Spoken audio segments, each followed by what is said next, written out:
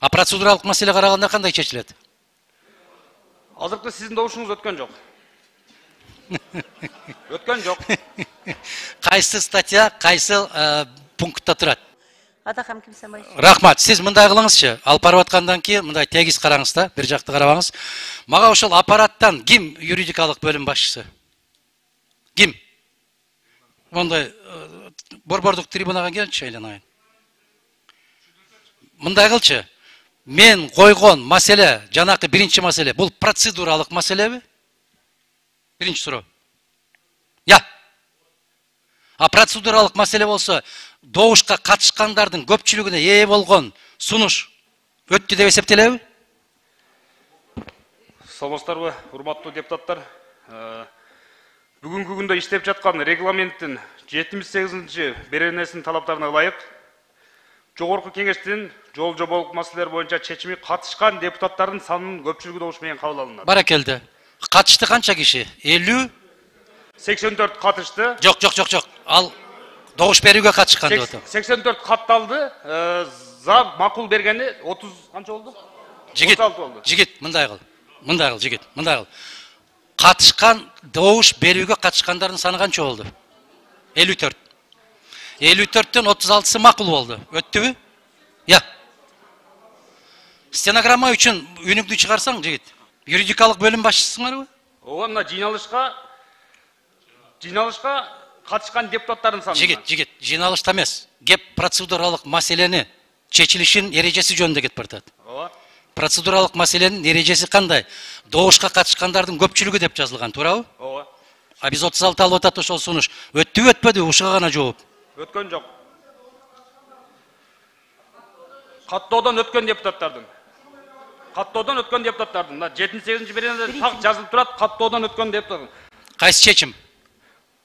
Адакан Кимсамбаевич, мына жыйналышка катышкан депутаттардын саны, жыйналыш залында отурган жана добуш берүүнү өткөрүүнүн алдында каттоодон өткөн жогорку кеңештин депутаттарынын саны.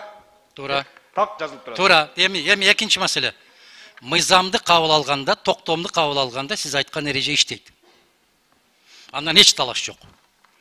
Биз процедуралык маселе карап атабыз. Туурабы? А процедуралык маселе караганда кандай чечилет? Азыркы сиздин добушуңуз өткөн жок. Өткөн жок. Кайсы статья, кайсы пунктта турат? 78 21 2. Азыр 2 мүнөт. Урматтуу депутаттар, эсептөө комиссиясынын мүчөлөрүн бекитип койсок, Ата журт Кыргызстан партиясынан Массабиров, Маткеримов, Култаева, Абиров. Ишеним партиясынан Жакышев, Шабазов, Темирбаева. Ынтымак партиясынан Маматалиев, Түлөбаев. Альянс партиясынан Исраилов. Бүтүн Кыргызстан партиясынан Масалиев, Иманнурнан Ашимова. Депутаттык топтордон Бакиров и Икрамов. Ушу менен 14 депутат эсептөө комиссиясынын курамы добушка коем. Добуш бериңиздер. Az şaşpağınız Ejeke, şaşpağınız. Üçüncü mikrofon. Добуш. Урматтуу төрайым, мындай кылсак азыр фракциялар түзүлгөндүгү жөнүндө жарыя жарым жартылай болуп калды. Мисалы үчүн мына Ата журт, Ишеним, Ынтымак жарыялады дагы, калган фракциялар жарыялай элек. Фракция түзүлүү боюнча. Мына Альянс жарыялады, Бүтүн Кыргызстан, Иман Нуру жарыялай элек. Булар азыр бергенге мыйзамсыз болуп калат. Башта жарыяласын. Мына фракция түзүлдү деп, мына ол ортоңку трибунаданбы, микрофондонбу жарыялагандан кийин анан өздөрүнүн атынан бир мүчөсүнү бере алат.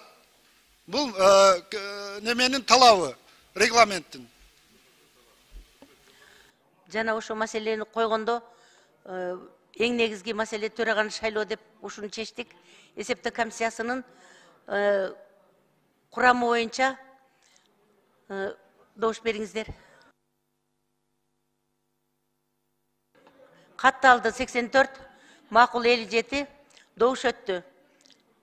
Эсептөө комиссиясынын курамы 14 адамдан мен азыр силерге окуп бердим, түзүлдү.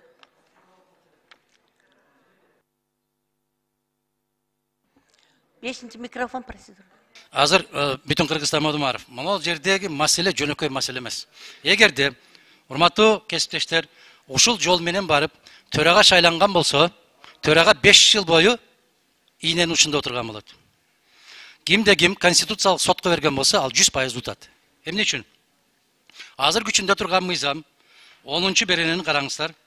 Парламенттик фракция, мындан ары фракция тизме боюнча бир саясий партиядан шайланган жогорку кеңештин депутаттарынын бирикмеси. Төрөбаев жарыя кылды, стенограмманы көтөргүлө. Биз 30 канча кишиден турабыз деп. 30 канча кишиси жок мунун. Экинчини караңыздар.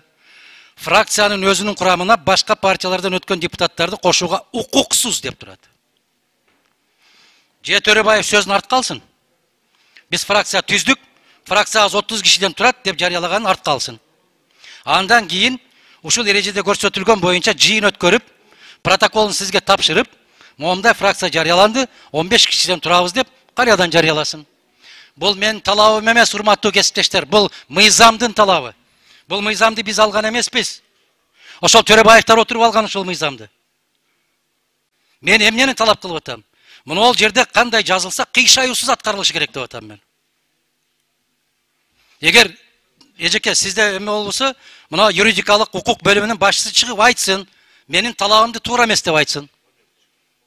Же мыйзамды мен кыргызча окуп атам, же силер орусчасын окуп атасыңарбы? Чыгып айтпайсыңарбы? Талап туура коюлуп атат. Эжеке токтотуңуз деп айтышыңар керек го силер. Ушул жол менен барып шайланган төрага бүтүндөй эле кыргыз жетекчилиги күмөндүү болгон сыяктуу, бул да күмөндүү болот. Мынтип баштабайлы. Чуу дегенде таза жол менен баралы. Биз жыйынды регламент боюнча эле алып кетип атабыз.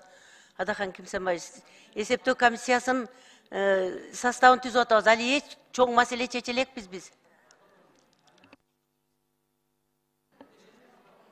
5 микрофон. Сиз Кыргыз Республикасынын жогорку кеңешинин регламенти менен эмне кыргыз эл жомокторун кармап отурамбы? Мен дагы ошол Кыргыз Республикасынын мыйзамын кармап отуруп, ошонун 10-чу беренесинин 1-чи жана 2-чи бөлүмүнүн талаптарын айтып атам мен. Бул жомок эмес. Рахмат. 1 микрофон. Урматтуу Адахан Кимсенбаевич, биз деле чыгып сүйлөп атканда биз деле мыйзам окуйбуз. Урматтуу Адахан Кимсенбаевич. Сиз айткандай боло берсе, анда биз деле мыйзам бузуу менен кетебиз.